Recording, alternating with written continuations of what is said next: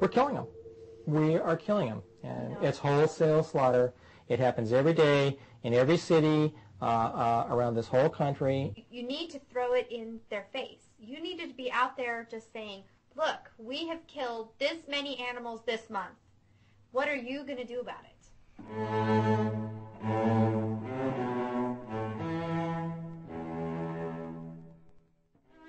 I know people who, when I was doing this, used to call me Dr. Death. Mm-hmm. I would have loved not to have had a job as a euthanasia technician. Let me tell you, it would have been great. Now that... Who else would do it, though? Yeah. And you did it kindly, so look at it that way, okay? I mean, we didn't cause the problem. We didn't breed all of these animals. No, the people that bred them and the people that dumped them off were the ones that murdered these animals. I just pushed the button. When we euthanized, we would, we'd do both dogs and cats the same day, and this was at the old City of Las Vegas shelter. We used to give them each an intravenous overdose of an anesthetic, and some of the puppies come back, wagging their tail and all happy and kissing on you, and then, here you are, you're killing them, and try to pretend, that I wasn't doing anything. We would talk about all this, and we would joke about this or that or the other, just to try to pretend like this was not happening. And it was just survival, just absolute survival. You put a gun in your mouth and shoot yourself. You practically wanted to do that on a daily basis. It's hard because you're dealing with they're, in a way, they're spirits. I mean, they kind of linger. I've had dreams before. I don't drink because I have a feeling if I did drink, I would have lost myself quite a bit in drinking while I was euthanizing.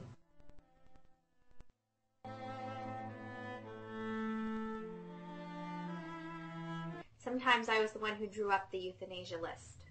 So I would have to walk up and down every row, check everyone's paperwork, and I would have to look at them and say, I don't think you can get adopted. Yeah. I don't think you're going to make it. So I'm going to have to put you on the list.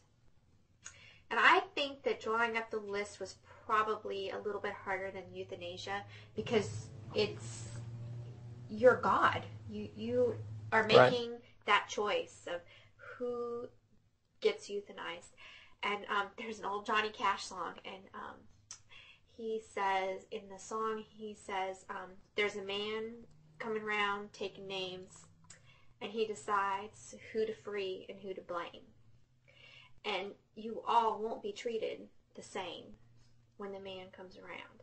But when you had a room full of 192 dogs that were happy and jumping around, you knew that there were some that you had to put on that list because their time was up. You're committing murder. You're killing things. That emotional drain that you feel every time you pull up that blue liquid and put it in a vial and know that you're going to stick it in a cat's heart so that they just die instantaneously. And I don't know about you, but the ones that would get me they would be purring. Mm-hmm. Yep. They just, making muffins, yeah. Oh, yes. Yeah, they just purr and purr and purr like you are just the best thing. And then you kill them. And then you kill them. Mm-hmm. After you've euthanized these 60 or 70 animals in one day, they're spread out on the floor in front of the crematory. And I used to walk out and I used to think, oh my God, it's a Holocaust. Yeah. And they would put the cremator up and you'd see the burned bodies and you'd be throwing more in, and then you'd have to scrape the ashes out when they were dead, or when they finished burning, you'd scrape the ashes out and then just dump them out in the trash. And the whole process is is horrendous. Fix your animals. Yeah. Fix your animals. And the smell, the smells, for some reason I could just smell it. You could smell the fear, the death, it was just a horrible thing to have to do, but it's reality, and it's very sad. All they know is the last thing that they remember, if it's not a fractious dog, the last thing that they remember is they have somebody holding them. They have somebody whose arms are wrapped around them, and then they have a euthanasia technician holding their hands and talking to them and telling them that it's okay. And I used to tell them that I'll see them on the other side and that their pain was all over.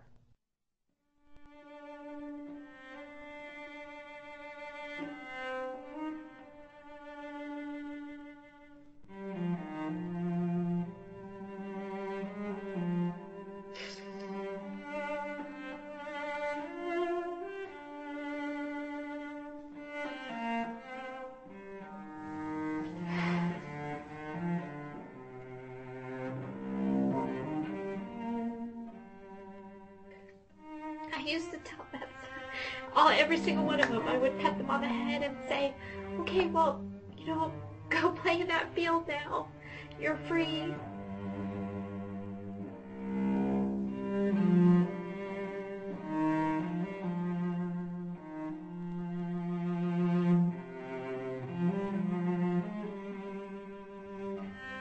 And then you could smell it on their breath. Because once it's injected in their vein, you can smell it, and they take a big, deep sigh, and then you could smell it's kind of a sicky, sweet smell.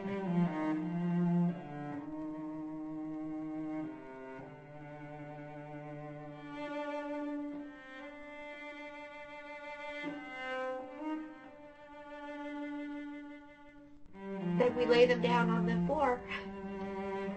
And they're gone. And they're gone.